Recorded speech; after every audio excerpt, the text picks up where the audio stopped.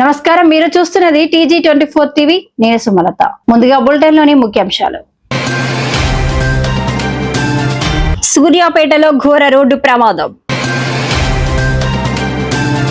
ప్రజల్లో భయాలు సృష్టిస్తున్నారు కేంద్ర ఆర్థిక మంత్రి Nirmala Sitharaman. Petrol diesel gas ధరలు తగ్గించాల్సిందే, ఆనందబాగ్ లో ఎంపీ ధర్నా. బీజేపీ యాత్రలు ఓ రాజకీయ డ్రామా, మంత్రి పొన్నం ప్రభాకర్. కుకట్పల్లి బీఆర్ఎస్ పార్టీ కార్యకర్తల సమావేశంలో పాల్గొన్న కేటీఆర్. సూర్యాపేట జిల్లా రాజిరెడ్డిగూడెం మండలం సీతారాంపురం గ్రామంలో ఉదయం 4 గంటలకు షిఫ్ట్ డీజర్ కార్ బొలెరోను ఢీకొని సూర్యాపేట జిల్లా మద్దిరాల గ్రామం చెందిన ఏకస్వామి అనే వ్యక్తి అక్కడికక్కడే మృతి చెందాడు. ఏకస్వామి హైదరాబాద్ నుండి మద్దిరాలకు వస్తుండగా ఈ ఘటన చోటు చేసుకుంది. ఇతని మృత్యుతో మద్దిరాల గ్రామంలో విషాద ఛాయలు అమలుకున్నాయి.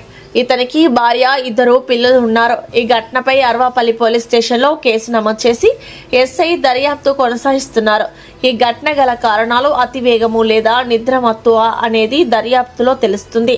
రోడ్డు ప్రమాదాలపై జిల్లా పోలీస్ శాఖ నిరంతరం అవగాహన సదస్సులు నిర్వహించి ప్రయాణ సమయంలో ఎలాంటి జాగ్రత్తలు వహించాలి, సీట్ బెల్ట్ ధరించాలి, నిద్ర వచ్చినప్పుడు కాసేపు పక్కన పడుకొని ముందుకు వెళ్ళాలి అని పలుమార్లు అవగాహన నిర్వహిస్తూనే ఉన్నారు. మన పెళ్ళి అయ్యాయో 8 సంవత్సరాలు అవుతుంది. 8 సంవత్సరాల పేరు మీద నేను ఒక్కసారి కొట్టిండే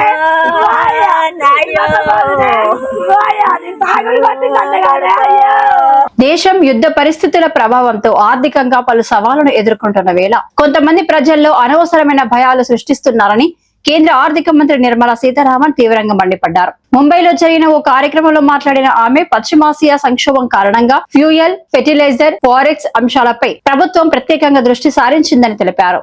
ప్రధానమంత్రి ఇప్పటికే ఈ అంశాలను సమీక్షించి తగిన చర్యలు తీసుకుంటున్నారని ఆమె పేర్కొన్నారు. అయితే కొందరు ఈ పరిస్థితిపై నెగిటివ్ ప్రచారం చేస్తూ ప్రజల్లో గందరగోళం సృష్టిస్తున్నారని ఆమె విమర్శించారు.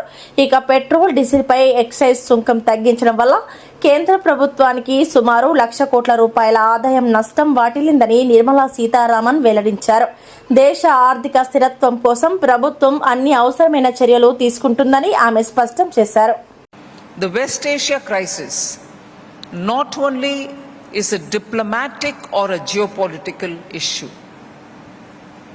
For businesses and common people, it can mean higher fuel cost, delayed cargo, costlier shipping, shortage of inputs, pressure on working capital, and uncertainty in export orders.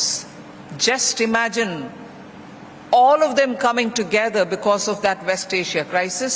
What is the sense of uncertainty that small unit will feel, and will they be in a position to make some kind of a plan? It's a big challenge even for countries, not just for India, for many other countries. And in that context, therefore, what is the depth of challenge for those MSMEs? The approach therefore has been and will have to be to protect citizens, support MSMEs, safeguard exporters, keep supply chains moving and maintain economic stability. And that is why Honorable Prime Minister giving a call to conserve foreign exchange as far as possible is very important in this context. I will dwell on that for a minute because that's led to a lot of narrative all around the country. We need to understand the context in which the PM made this call. It is because of high international crude prices, and the high crude prices are ever changing. It's seriously dynamic. One rate at one point in time, within a week another, within a week another, and so on. Like that it has been for over now 80-90 days. So high international crude prices and very fluctuating one. High international fertilizer prices, unimaginable increase in the fertilizer prices, high gold prices, that is creating some challenges on the external front. To just put it in context, all these three payments will have to be in foreign exchange. There is no rupee trading there. We should please understand the context of these three Fs. Three Fs: fuel, fertilizer, and foreign exchange. And the foreign exchange is for, in this context, purchase of gold. So we need to understand this, and we also should appreciate that the challenges are more external driven. We must also recognize that India's domestic economic situation remains positive and resilient even today. Therefore, those naysayers who jump into the scenario, as it were, and say, oh my God, you look around yourselves, it's all falling down, it's crumbling, it's going to hit you. There is a section, I would think, of Indians who very quickly want to decry the achievements of our own people. And therefore, for all the good that is being done by the common people themselves, that is forgotten. And a pessimistic, cynical narrative is generated, which is just not right. It's not right is one thing, but it is wrong because it is fear-mongering. India cannot afford fear-mongering. We need to give confidence to the people with our words and with our action. And that's what you're seeing at various levels, and today you're seeing it through SIDBI as well.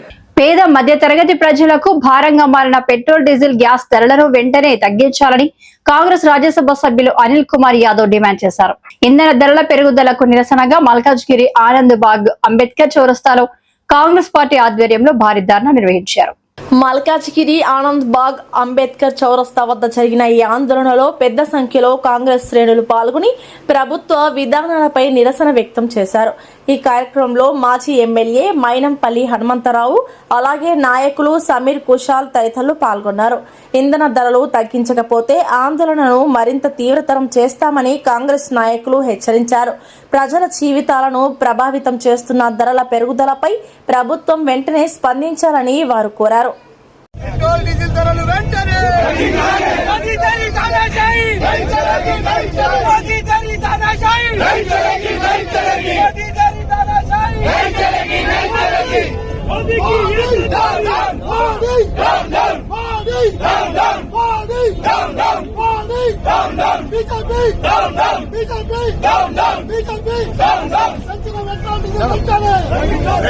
Petrol diesel ధరల పెంపుతో రైతులు సామాన్య ప్రజల తీవ్ర ఇబ్బందులు పడుతున్నారని మంత్రి పొన్నం ప్రభాకర్ తీవ్రంగా విమర్శించారు. రైతులపై నిజమైన ప్రేమ ఉంటే కేంద్ర ప్రభుత్వం ప్రతి ధాన్యపు గింజలు కొనుగోలు చేయాలని ఆయన డిమాండ్ చేశారు. అలాగే ఇంధన ధరలను వెంటనే తగ్గించాలని కేంద్రాన్ని ఆయన కోరారు. రాష్ట్ర ప్రభుత్వం ఇప్పటికే 51 లక్షల మెట్రిక్ టన్నుల ధాన్యం కొనుగోలు చేసి రైతులకు సుమారు 8,749 కోట్లు చెల్లించిందని ఆయన తెలిపారు. రైతుల సంక్షేమం విషయంలో కేంద్రం తగిన చర్యలు తీసుకోవడం లేదని ఆయన ఆరోపించారు. ఇక భారతీయ జనతా పార్టీపై విమర్శలు గుప్పించిన మంత్రి రైతు ప్రేమ గురించి మాట్లాడటం కపట నాటకమని ఎద్దేవా చేశారు. ప్రజల సమస్యలను పట్టించుకోకుండా రాజకీయ వ్యాఖ్యలు చేయడం సరికాదని ఆయన స్పష్టం చేశారు.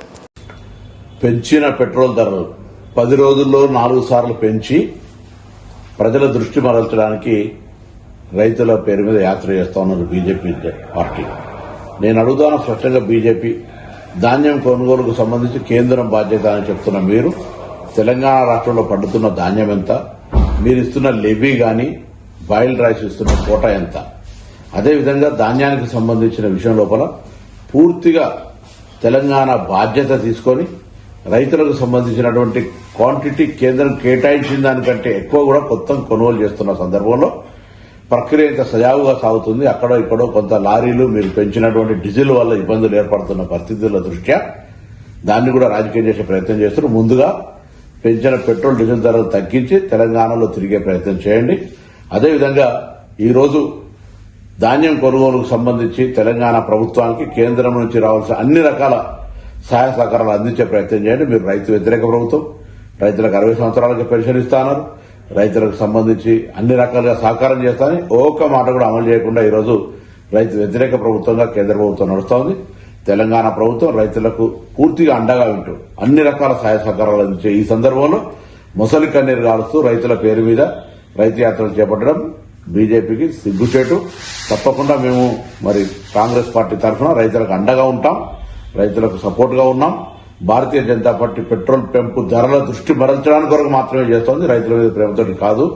అదేవిధంగా యూరియాకు సంబంధించి కూడా రాబోయే కాలంలో సీరియస్ గా ఈ ప్రభుత్వం, ఎందుకంటే కేంద్రం మాత్రమే తయారు చేయగలుగుతుంది, కేంద్రం మాత్రమే సప్లై చేయాలి కాబట్టి రైతాంగాన్ని ఇబ్బంది పెట్టకుండా కేంద్రంలో మీకు సంబంధించినటువంటి యూరియా విషయంలో కూడా తెలంగాణ ప్రభుత్వానికి అన్యాయం చేయొద్దు, తెలంగాణ రైతులకు అన్యాయం చేయొద్దని సందర్భంగా కోరుతా ఉన్నాను. కుకట్పల్లి నియోజకవర్గంలోని ఎన్ఆర్ గార్డెన్స్ లో బీఆర్ఎస్ కార్యకర్తల విస్తృత స్థాయి సమావేశం జరిగింది.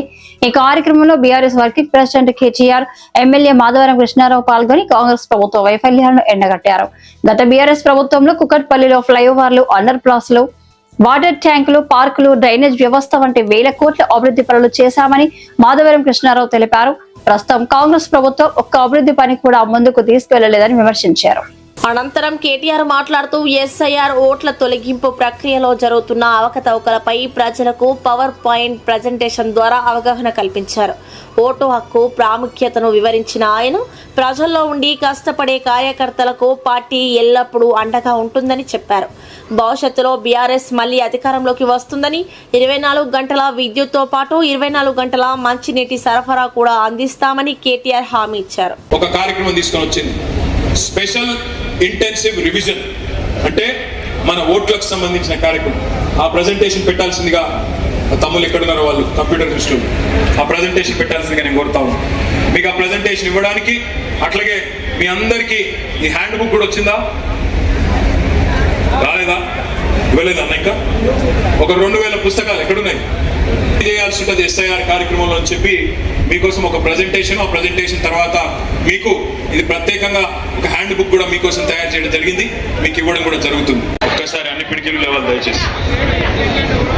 గౌరవనీయులు పెద్దలు, జై తెలంగాణ పెద్దలు, మీ అందరి అభిమాన నాయకులు, అన్న కూకట్పల్లి శాసనసభ్యులు శ్రీ మాధవరం కృష్ణారావు గారు, గౌరవనీయులు కుత్బుల్లాపూర్ శాసనసభ్యులు సోదరులు శ్రీ వివేకానంద గౌడ్ గారు, గౌరవనీయులు మేడ్చల్ జిల్లా పార్టీ అధ్యక్షులు శాసన మండలి సభ్యులు సోదరులు శ్రీ షమీపూర్ రాజు గారు, గౌరవనీయులు ఎమ్మెల్సీ పోచంపల్లి శ్రీనివాస్ రెడ్డి గారు, గౌరవనీయులు ఈ మల్కాజిగిరి రివిజన్, ఈ స్పెషల్ ఇంటెన్సివ్ రివిజన్ ద్వారా ఏం జరుగుతుంది అంటే, మరి ప్రతి ఇంటికి ఎన్నికల సంఘం యొక్క అధికారులు, రాష్ట్ర ప్రభుత్వ అధికారులు వచ్చి ప్రతి ఇంట్లో ఎవరుంటున్నారు, ఎంతమంది ఓటర్లు ఉన్నారు అని చెప్పి లెక్కలు తీసే కార్యక్రమం ఈ ఎస్ఐఆర్ అనే కార్యక్రమం.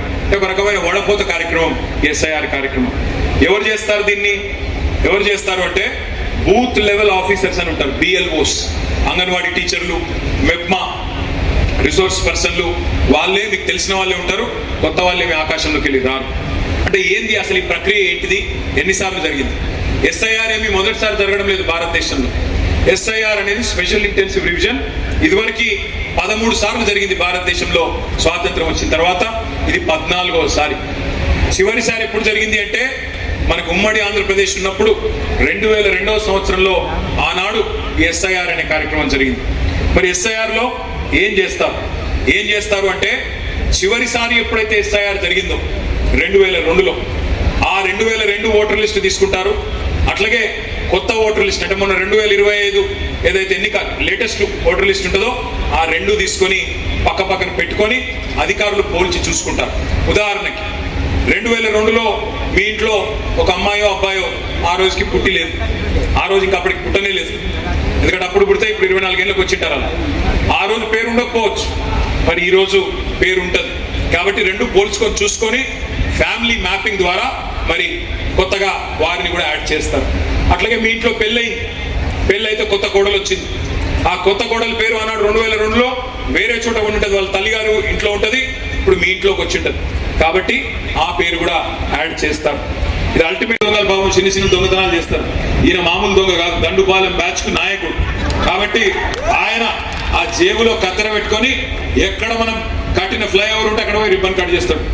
ఎక్కడ మనం కట్టిన బిల్డింగ్లు, టిమ్స్ హాస్పిటల్ లాంటి బిల్డింగ్లు ఉంటే వాటికి రిబ్బన్లు కట్ చేస్తాడు. మనం కట్టిన డబుల్ బెడ్రూమ్ ఇళ్లకు పోయి రిబ్బన్లు కట్ చేసి మేమే ఇచ్చినామని చెప్తున్నాడు. నేను ఈ వేదిక ద్వారా, కూకట్పల్లి వేదిక ద్వారా అడుగుతా ఉన్నా రేవంత్ రెడ్డి గారు, అయ్యా రేవంత్ రెడ్డి గారు, ఇందిరమ్మ ఇండ్లు అన్నావు కదా, ఇందిరమ్మ ఇండ్లంటివి కదా, ఎస్సీ ఎస్టీలకు 6 లక్షలు ఇస్తాను, మిగతా వాళ్ళందరికీ 5 లక్షలు ఇస్తాను. హైదరాబాద్ మహానగరంలో ఒక్క ఇందిరమ్మ ఇల్లు నువ్వు కట్టినట్టు చూపెడితే, ఒక్క ఇందిరమ్మ ఇల్లు నువ్వు కట్టినట్టు చూపెడితే నేను శాశ్వతంగా రాజకీయ సన్యాసం తీసుకుంటా, దమ్ముందా రుజువు చేయని చెప్పి నేను వారిని ఇవాళ సవాల్ చేస్తా ఉన్నా. ఒక్క ఇల్లు హైదరాబాద్ మహానగరంలో ఒక్క ఇల్లు ఎక్కడన్నా కట్టినావా దమ్ముంటే చూపెట్టు.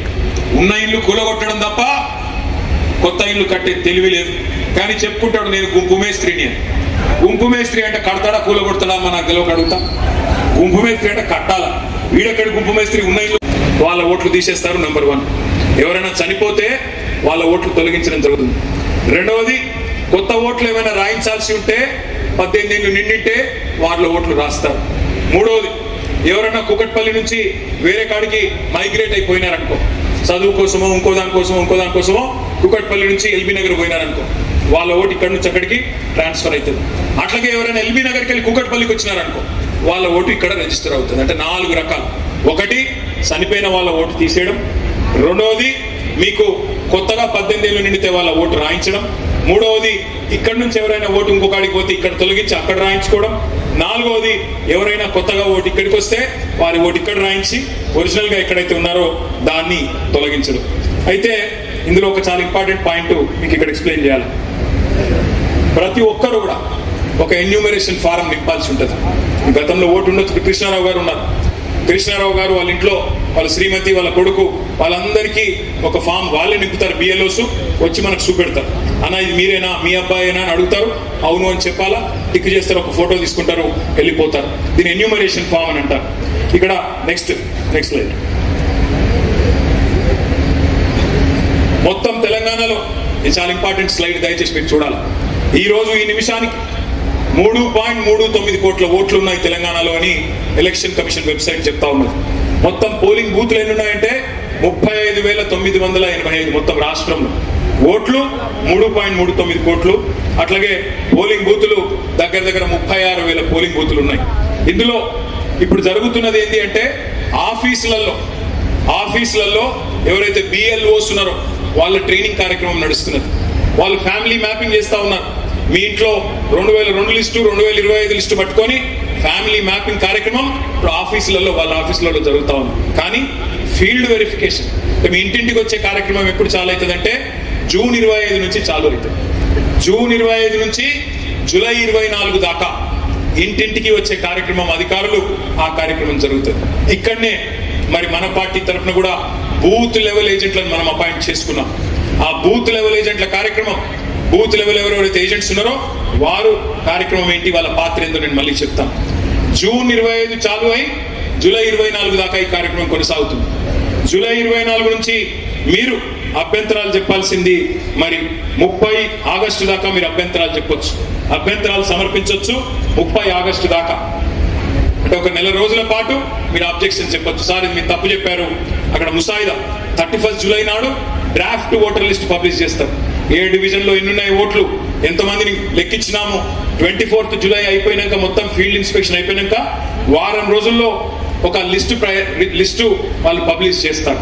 చేసిన తర్వాత మనం 1 మంత్ ఆలోచించండి. ఇంకొక మాట కూడా మీరు గుర్తు చేసుకోవాలని కోరుతా ఉన్నాం.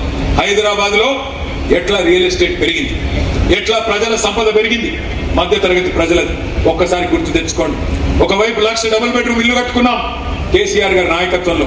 అట్లాగే కొత్తగా బ్రహ్మాండంగా లింక్ రోడ్లు, అట్లాగే ఫ్లైఓవర్లు, అండర్ పాస్లు, కొత్త రహదారులు, కొత్త ఫ్లైఓవర్లు, ఇవన్నీ కూడా 1 కాదు 2 కాదు 42 కట్టుకున్నాం ఎస్ఆర్డిపి ప్రాజెక్ట్ కింద. మీ కూకట్పల్లి నియోజకవర్గంలోనే మీ ఎమ్మెల్యే మాధవరం కృష్ణారావు గారి విజ్ఞప్తి మేరకు జేఎన్టీయూ ఫ్లైఓవర్ కానీ, అట్లాగే బాలానగర్ ఫ్లైఓవర్ మన కుత్బుల్లాపూర్ కూకట్పల్లి ఇద్దరికి కూడా ఉపశమనం కలిగించే ప్రాంతం, ఎప్పటి నుంచో మీరు ఎదురు చూస్తున్న బాలానగర్ ఫ్లైఓవర్ కానీ, అండర్ పాస్లు కానీ, ఇవన్నీ కూడా నిర్మాణం చేసుకున్నాం. మంచినీళ్ళ సమస్య పరిష్కారం చేసుకున్నాం, రహదారులు విస్తరించుకున్నాం, మెట్రో నిర్మాణం చేసుకున్నాం, చక్కగా అభివృద్ధి పదంలో ముందుకు తీసుకొని పోతా ఉంటే అప్పుడు మరి మన వాళ్ళు రియల్ ఎస్టేట్ చేసుకునే బిల్డర్లు కానీ, చిన్న చిన్న ప్లాట్లు కొనుక్కునే మధ్య తరగతి ప్రజలు కానీ అందరి సంపద పెరిగింది. మరి వాళ్ళు ఏం జరుగుతా ఉంది రియల్ ఎస్టేట్లో? 2.5 ఏళ్ళు దరిద్రం వచ్చి కూర్చున్నట్టు కాంగ్రెస్ వచ్చి నెత్తిన కూర్చున్నది. దేశం మొత్తం వదిలించుకున్నది కాంగ్రెస్ అనే దరిద్రాన్ని.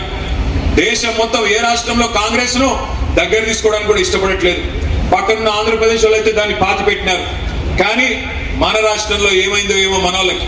హైదరాబాద్ వాళ్ళు మీరు కరెక్ట్ గానే ఓట్లేసారు, మీరు నమ్మలేదు దొంగ కాంగ్రెస్. కుకట్పల్లిలో అయితే అసలే నమ్మలేదు.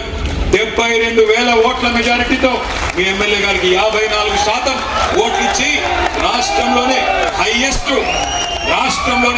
పర్సెంటేజ్ ఓట్స్, హైయెస్ట్ మెజారిటీ మా తమ్ముడు వివేకానందకి వస్తే 85,000. మీకు హైయెస్ట్ పర్సెంటేజ్ వచ్చింది. ఎప్పుడు కృష్ణ పంచాయతీ పెట్టుకుంటాడు నాతో. Vivek highest majority. ఆనాడు కేసీఆర్ గారు ముఖ్యమంత్రి కాకముందు మంచినీళ్ళకి ఎన్ని తిప్పలు ఉంటుండే ఒక్కసారి గుర్తు తెచ్చుకోండి. ట్యాంకర్లు, బిందెల ప్రదర్శనలు, ఎండాకాలం వచ్చిందంటే జలమండలి ముందు ఖాళీ కుండలు, ఖాళీ బిందెలతోని మా ఆడబిడ్డలు పోయి ఆనాడు పీజీఆర్ గారి నాయకత్వంలో ధర్నాలు చేసిన దుస్థితి ఉండేనా లేదా ఒక్కసారి గుర్తు తెచ్చుకోండి. కానీ అదే కేసీఆర్ గారు వచ్చిన తర్వాత ఎంత బ్రహ్మాండంగా రూపాయికే నల్ల కనెక్షన్ ఇచ్చి 20,000 లీటర్లను ఉచితంగా ఇచ్చి శివారు ప్రాంతాలలో ఖమ్మం నగరంలోని బంజారా భవన్ లో ఖమ్మం జిల్లా అసెంబ్లీ నియోజకవర్గాల డిలిమిటేషన్ అంశంపై విస్తృత స్థాయి రౌండ్ టేబుల్ సమావేశం ఘనంగా నిర్వహించారు. ఈ సమావేశానికి ఎల్జేఏసీ రాష్ట్ర సమన్వయకర్త బుక్కే శోభన్ నాయక్ అధ్యక్షత వహించారు. ఈ సందర్భంగా సమావేశంలో పాల్గొన్న నాయకులు మాట్లాడుతూ భవిష్యత్ డిలిమిటేషన్ ప్రక్రియ ప్రజల ప్రయోజనాలు, భౌగోళిక అనుసంధానం, రవాణా సౌకర్యాలు, పరిపాలనా సౌలభ్యం, సామాజిక సమతౌల్యాన్ని దృష్టిలో పెట్టుకొని జరగాలని అభిప్రాయపడ్డారు. ముఖ్యంగా సమీప మండలాలను కలిపి సహజమైన నియోజకవర్గాల రూపకల్పన చేయాలని, రాజకీయ లేదా కుల ఆధారిత విభజనలతో ప్రజలను విడదీయడానికి చేసే ప్రయత్నాలను తీవ్రంగా వ్యతిరేకిస్తామని స్పష్టం చేశారు. ప్రజల అభిప్రాయాలను పరిగణలోకి తీసుకోకుండా ఏకపక్ష నిర్ణయాలు తీసుకుంటే ప్రజాస్వామ్య పద్ధతిలో ఉద్యమాలు చేపడతామని, ఖమ్మం జిల్లా ప్రజల హక్కుల సాధన వరకు తమ పోరాటం కొనసాగుతుందని వక్తలు హెచ్చరించారు. ఖమ్మం జిల్లా ప్రజల ఆకాంక్షలకు అనుగుణంగా న్యాయబద్ధమైన డిలిమిటేషన్ జరగాలని కేంద్ర మరియు రాష్ట్ర ప్రభుత్వాలను నాయకులు కోరారు.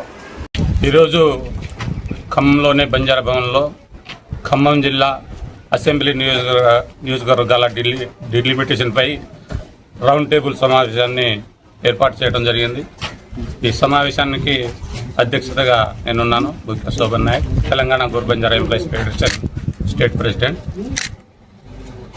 మా కోరిక ఏమిటంటే, అన్ని సంఘాల కోరిక, ఏవైతే నియోజకవర్గాలు ఏర్పాటు చేయబోతున్నారో వాటిలో భౌగోళిక స్వరూపము, భౌగోళికంగా పక్క ప్రాంతాలని, పక్క మండలాలని, ప్రతి 3 మండలాలను కలిపి ఒక నియోజకవర్గంగా ఏర్పాటు చేయాలని, ఆ నియోజకవర్గంగా ఏర్పాటు చేసేటప్పుడు జనాభా సమతౌల్యతను చూడాలని, ఎక్కువ జనాభా సాంద్రత, బంజారా జనాభా సాంద్రత కలిగినటువంటి ప్రాంతాల నుండి ప్రజల్ని తీసుకెళ్లి వేరే ప్రాంతాల్లో మిక్స్ చేసి ఆ యొక్క రిజర్వేషన్ స్ఫూర్తిని దెబ్బతీసేలాగా కాకుండా, దాదాపుగా 8 నియోజకవర్గాలు కాబోతున్నాయి ఖమ్మం జిల్లా కాబట్టి 8లో కనీసం 3 ఎస్టీ రిజర్వేషన్ వచ్చేలాగా ప్రభుత్వము, కేంద్ర రాష్ట్ర ప్రభుత్వాలు, అదేవిధంగా ఎలక్షన్ కమిషన్ చర్యలు తీసుకోవాలని, ఆ రకంగా ఉంటుందని మేము ఆశాభావం వ్యక్తం చేస్తా ఉన్నాం. అదేవిధంగా మేము ఒక బ్లూ ప్రింట్ ప్రూఫ్ను కూడా తయారు చేశాము. దాన్ని మన జిల్లా కలెక్టర్ గారికి, అదేవిధంగా స్టేట్ ఎలక్షన్ కమిషనర్ గారికి, గవర్నర్ గారికి, అదేవిధంగా నేషనల్ ఎలక్షన్ కమిషన్, తర్వాత జాతీయ ఎస్టీ కమిషన్ గారికి ఈ యొక్క నివేదికని సమర్పించాలని చెప్పేసి జాయింట్ యాక్షన్ కమిటీ ఖమ్మం జిల్లా జేఏసీ తీర్మానం చేయడం జరిగింది. ఇదే విషయాన్ని రేపు కలెక్టర్ గారి ద్వారా కూడా రాష్ట్ర ప్రభుత్వానికి పంపించడం జరుగుతుంది. జై సేవలాల్, జై బంజారా. ఈరోజు ఖమ్మం జిల్లా కేంద్రంలో బంజారా భవన్లో ఖమ్మం జిల్లా లంబాడా జేఏసీ నాయకత్వంలో సమావేశం నిర్వహించుకోవడం జరిగింది. సమావేశం యొక్క ముఖ్య ఉద్దేశం, ఏదైతే డీలిమిటేషన్ ప్రక్రియ ఉన్నదో సరే అది ఆగిందా, నడుస్తుందా అనేది తర్వాత అంశం అయితే, డీలిమిటేషన్ జరిగిన ప్రతిసారి బంజారాలకు అన్యాయమే జరుగుతూ ఉన్నది అనేటటువంటి ఒక నిర్ణయానికి ఖమ్మం జిల్లా బంజారా జేఏసీ రావడం జరిగింది. రేపు జరగబోయేటటువంటి డీలిమిటేషను భౌగోళికంగా ఆ ప్రాంతం నుంచి ఒక ప్రాంతానికి సంబంధం లేకుండా బంజారాలు అధికంగా ఉండేటటువంటి మండలాలని తప్పిస్తూ జనరల్ కేటగిరీ చేసుకునేటటువంటి పద్ధతుల్లో ఈనాడు ఉన్నటువంటి పాలక వర్గాలు, కేంద్ర రాష్ట్ర ప్రభుత్వాల్లో ఉండేటటువంటి పాలక వర్గాలు, అగ్రవర్ణాలు ప్రయత్నం చేస్తూ ఉంది అనేది పచ్చి నిజం. అందులో భాగంగా ఖమ్మం జిల్లా, ఉమ్మడి ఖమ్మం జిల్లా 10 నియోజకవర్గాల్లో 7 నియోజకవర్గాలు రిజర్వేషనే, 8 నియోజకవర్గాలు, 2 జనరల్, కొత్తగూడెం, ఖమ్మం. అటువంటిది ఇప్పుడు పాలేరు కూడా జనరల్ అయినటువంటి పరిస్థితి. పాలేరులో ఎస్సీ ఎస్టీ జనాభా ఎక్కువ ఉంటుంది, జనరల్ ఉంటుంది. అట్లా ఇప్పుడు మళ్ళీ రేపు రాబోయేటటువంటి డీలిమిటేషన్లో కూడా ఖమ్మం 1, 2 అయినా కూడా 2 జనరల్ చేసుకునేటటువంటి కుటీల ప్రయత్నం జరుగుతూ ఉన్నది అనేటటువంటిది మీడియా ముఖంగా తెలియజేసుకున్నాం. ఇక నిజంగానే గనక వాళ్ళ ప్రయత్నాలే ఫలించి డీలిమిటేషన్ జరిగి అది సజావుగా జరగకుండా రాజకీయ ఒత్తిళ్లతోని తారుమారయ్యేటటువంటి పరిస్థితి, ఒక ప్రాంతానికి ఇంకో ప్రాంతానికి సంబంధం లేకుండా 50-60 కిలోమీటర్ల దూరం ఉన్నదాన్ని కూడా అందులో కలిపేటటువంటి ప్రక్రియ గనక జరిగితే ఖమ్మం జిల్లా లంబాడ జేఏసీ ఆధ్వర్యంలో ఖచ్చితంగా జనరల్ స్థానాల్లో కూడా మేము పోటీ చేస్తాం. మేము గెలవడానికి పోటీ చేయకపోయినా ఈ డీలిమిటేషన్ ద్వారా కావాలని చెప్పని జనరల్ చేయించుకునేటటువంటి వాళ్ళని ఓడించడం కోసం ఖచ్చితంగా పోటీ చేస్తాం, ఓడించి తీరుతాం. రాజకీయ సమాధి కట్టడానికి సిద్ధమైన అనేటటువంటిది ఖమ్మం జిల్లా లంబాడ జేఏసీ యొక్క తీర్మానం. ఈ తీర్మానంలో భాగంగా రేపు ఖమ్మం జిల్లా ఫస్ట్ క్లాస్ మేజిస్ట్రేటు, కలెక్టరుని కలవబోతా ఉన్నాం. ఆ తర్వాత ఎన్నికల కమిషన్ని కలుస్తాం, గవర్నర్ గారిని కలుస్తాం, ఎస్టీ కమిషన్ను కలుస్తాం, నేషనల్. ఇట్లా ఆందోళన కార్యక్రమాలు చేయకుండా బంజారాలు లేదా ఎస్సీలు, ఎస్టీలు, సబండ వర్గాలకు కావలసినటువంటి రిజర్వేషన్ దామాషా ప్రకారం సజావైనటువంటి పద్ధతుల్లో డీలిమిటేషన్ జరిగితే హర్షిస్తాం, లేకపోతే ఆందోళనలకు తెరదీస్తామని చెప్పని తెలియజేస్తా ఉన్నాం. జై సేవాలాల్, జై జై సేవాలాల్, జై గిరిజన. నవాబ్పేట మండలం చిట్టిగిద్ద నుంచి చెంచల్పేట వరకు నక్షబాట ఆధారంగా రైతుల సహకారంతో పర్మిషన్ రోడ్డు పనులు కొనసాగుతున్నాయి. అయితే ఈ పనుల సమయంలో నాగరాజు అనే రైతు అడ్డుకుంటున్నారని గ్రామస్తులు ఆరోపిస్తున్నారు. ఈ విషయంపై చిట్టిగిద్ద, చెంచల్పేట గ్రామ సర్పంచ్లు కలెక్టర్ కు ప్రజావాణిలో ఫిర్యాదు చేశారు. ప్రజలకు ఉపయోగపడే అభివృద్ధి పనులను ఎవరు అడ్డుకోవద్దని వారు స్పష్టం చేశారు. అధికారులు వెంటనే స్పందించి పర్మిషన్ రోడ్డు పనులను పూర్తి చేయాలని గ్రామ ప్రజలు సర్పంచ్లు కోరుతున్నారు. ఈ సమస్యపై అధికారులు తక్షణ చర్యలు తీసుకుని రహదారి నిర్మాణాన్ని వేగవంతం చేయాలని స్థానికులు విజ్ఞప్తి చేశారు. అక్కడ మొత్తం వ్యవసాయం మీద ఆధారపడే కుటుంబాలు ఉన్నాయి. ఆ రోడ్డుకు కూరగాయలు పండిస్తారు. కూరగాయలు ట్రాన్స్పోర్ట్ తీసుకురావాలన్నా, ట్రాక్టర్లు తీసుకురావాలన్నా, కూరగాయల ట్రాన్స్పోర్ట్ మొత్తం తీసుకురావాలన్నా అక్కడ ఒక చిన్న మోరు ఉంది, దాని నుంచి వెళ్ళడానికి కాకుండా ఇటు నుంచే వస్తాయి. రైల్వేకి ఏదైనా రిపేర్ ఉన్నా రైల్వేకి సంబంధించిన మెటీరియల్ గిట్ట మొత్తం ఆ రోడ్ నుంచే తీసుకొస్తారు. ఈ 4-5 విలేజ్ గ్రామ పంచాయతీల నుంచి ట్రాన్స్పోర్ట్ కోసం మండలం నుంచి ఏమైనా ఇల్లు కట్టాలన్నా, ఇసుక తీసుకురావాలన్నా, లేదు అక్కడ నుంచి పండించిన కూరగాయలను హైదరాబాద్ తీసుకెళ్ళాలన్నా కూడా వాళ్ళకి అదే దారి ఉంది. కంపల్సరీ కూడా ఆ రోడ్డుకు ముందుకు వచ్చి మీరు బాధ్యత తీసుకొని అందరూ సహకరించి ఆ యొక్క రోడ్డును ముందుకు తీసుకెళ్ళాలని కోరుకుంటున్నాను.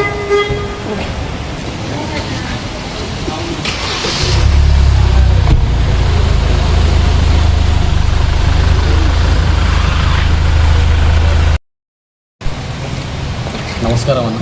మాది చిట్టిగిద్ద విలేజ్, నవాబ్పేట మండల్, చిట్టిగిద్ద సర్పంచ్. నా పేరు శ్రీధర్ అన్న, సింజల్పేట సర్పంచ్ అనుకోండి.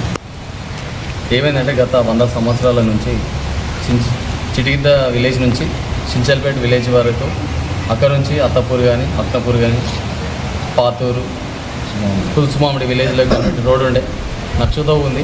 100 సంవత్సరాల నుంచి ఉన్నది, దాన్ని నడుస్తుంది. ఈ మధ్యలో రైతులకు చాలా ఇబ్బంది అవుతుందని చెప్పి అక్కడ నుంచి మండలి నుంచి మండలికి రావాలన్నా కూడా 4-5 గ్రామ పంచాయతీ ప్రజలు మండలికి రావాలన్నా కూడా చాలా ఇబ్బంది అవుతుంది. అందుకని చెప్పి పర్మిషన్ రోడ్డు పోయడం జరిగింది. రైతులందరూ ఒప్పందంతో చేయడం జరిగింది. కానీ ఒకే ఒక రైతు ఆయన గిట్టంగా వ్యవసాయం చేయడం బయట ఉంటాడు అన్నగారు, నాగరాజు అన్నని. ఆయన ఇబ్బంది పెడుతుంటే రోడ్డు తీసిన కొద్దీ మళ్ళీ దించేస్తాం.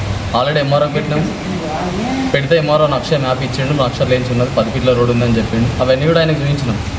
ఆయన పిలిస్తే కూడా రావట్లేడు, మాట్లాడడానికి రావట్లేడు, ఫోన్లో బెదిరించడం తప్ప రావట్లేడు. అది ఆ విషయంలో ఈరోజు ప్రజావాణిలో కలెక్టర్ గారికి కంప్లైంట్ చేయడం జరిగింది. చేస్తే నక్షగిటంగా కలెక్టర్ గారికి ఇవ్వడం జరిగింది. కంపల్సరీ ఈ 4-5 గ్రామ ప్రజలు 4-5 విలేజ్ల గ్రామ ప్రజలను ఇబ్బంది పెట్టడం కరెక్ట్ కాదు. ఇప్పుడు కూడా కలెక్టర్ గారు చొరవ తీసుకొని ఆ మండలి ఎట్టుకోవడానికి ఇక వేరే దారి లేదు కాబట్టి రైల్వే ట్రాక్ ఉంది, ఆ ట్రాక్ కిందకించే రోడ్డు ఉంది. కలెక్టర్ గారు చొరవ తీసుకొని ఆ రోడ్డు మీద ఇమీడియట్గా యాక్షన్ తీసుకోమని ఎంఆర్ఓ గారికి కూడా రాసింది. మా కలెక్టర్ మీద నమ్మకం ఉంది, కంపల్సరీ రోడ్డు అవుతుందని చెప్పి. మేము గిట్టంగా ఎన్నో ఆశలు పెట్టి మేము గెలిస్తే అది చేస్తాం, ఇది చేస్తామని చెప్తాం. కనీసం నక్షత్ర రోడ్డు ఉంది, ఆ రోడ్డు చేయలే. ప్రజలకి చిన్న అవసరాలు మేము వాళ్ళ బీటీ రోడ్లు, దాంబర్ రోడ్లు వేయమంటలేరు, సీసీ రోడ్లు వేయమంటలేరు కదా. కనీసం మట్టి వచ్చిన పర్మిషన్ రోడ్ వేద్దామన్నా కూడా కొందరు వాళ్ళ స్వార్థం కోసం అడ్డుపడడం కరెక్ట్ కాదు. మాకు సహకరించాలి. ఏదంటే మా ఇంటి కోసం చేస్తలేం కదా, ప్రజల కోసం చేస్తున్నాం కాబట్టి వాళ్ళకి టాంగ్ ఆలోచించి ఇట్లా పక్క ఇబ్బంది పెట్టడం కరెక్ట్ కాదు. మీకు ఏమైనా నష్టపరిహారం ఇవ్వాలన్నా పర్మిషన్ రోడ్ కోసం ఏమైనా కావాలని కూడా చూద్దాం. బరాబరి నక్షతో వాళ్ళు వేయించి ఉన్నది. మేము కేసులు పెడతాం, అది పెడతాం, కోర్టుకు వెళ్తామంటే ఏమైనా చేసుకోండి అన్న, మా ఇంటి కోసం మేము చేస్తలేదు.